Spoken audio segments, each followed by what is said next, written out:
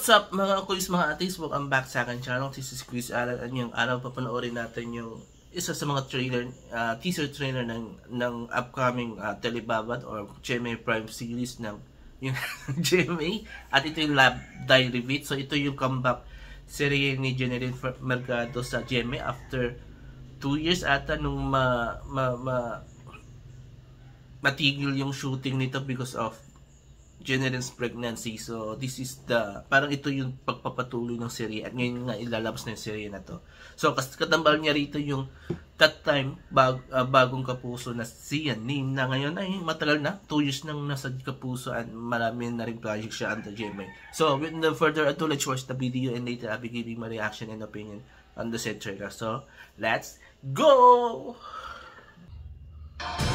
May experience tayo na hindi natin ma-explain. Yung bang parang bigla na lang tumigil ang oras. Babe!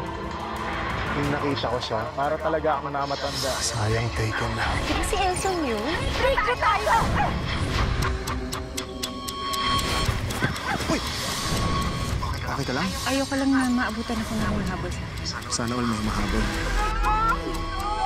Nagkaduktong ang buhay ninyong dalawa ng pag-ibig at kamatayan. Sorry, tagal ko ba ako nakabalik? Nasa anong pinagsasabi ng tagal ka nakabalik? Kakaalis mo na. Ha? Naingatan ata ako.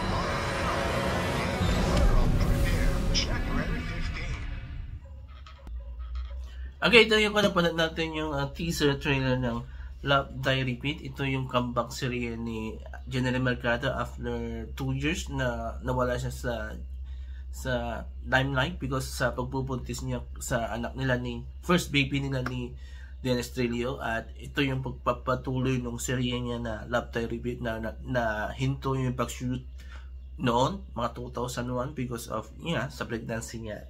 And this is the first time na tambalan ni na si Yanin. Actually this would be the first serye ni si Yanin sa GMA nung lumipat siya from ABS to GMA.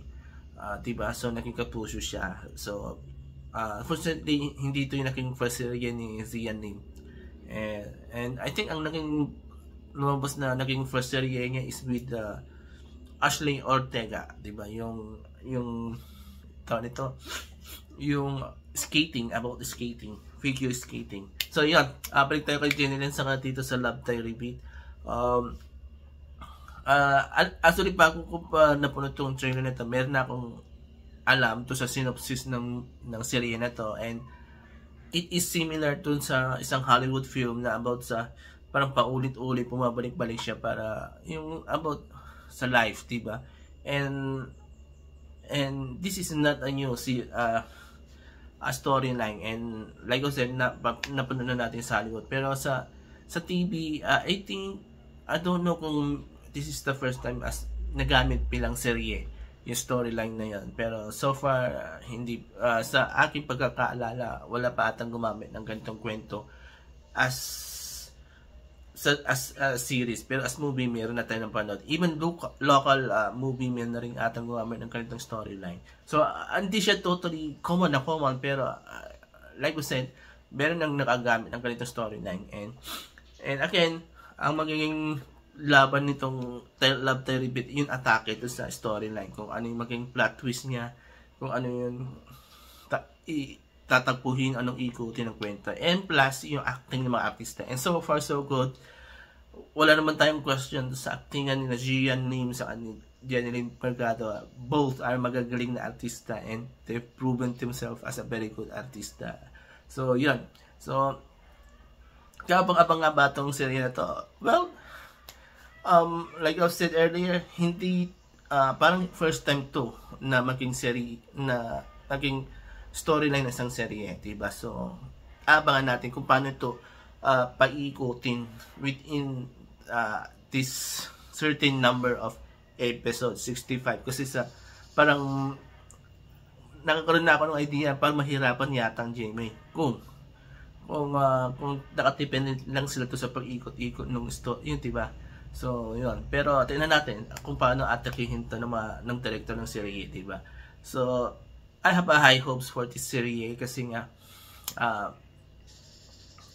magaling namang GMA paggawa ng mga serye, yung mga out of the box series na na we didn't expect na magagawa pala ng GMA. So, risk taker talaga ng GMA. So, this one, I'm looking forward na magugustuhan ng mga tao to. Itong serye na to with Jeneline and Sian.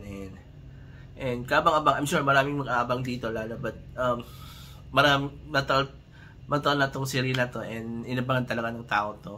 Lalo ng mga Kapuso fans. So, tingnan natin kung how will they take this series, diba?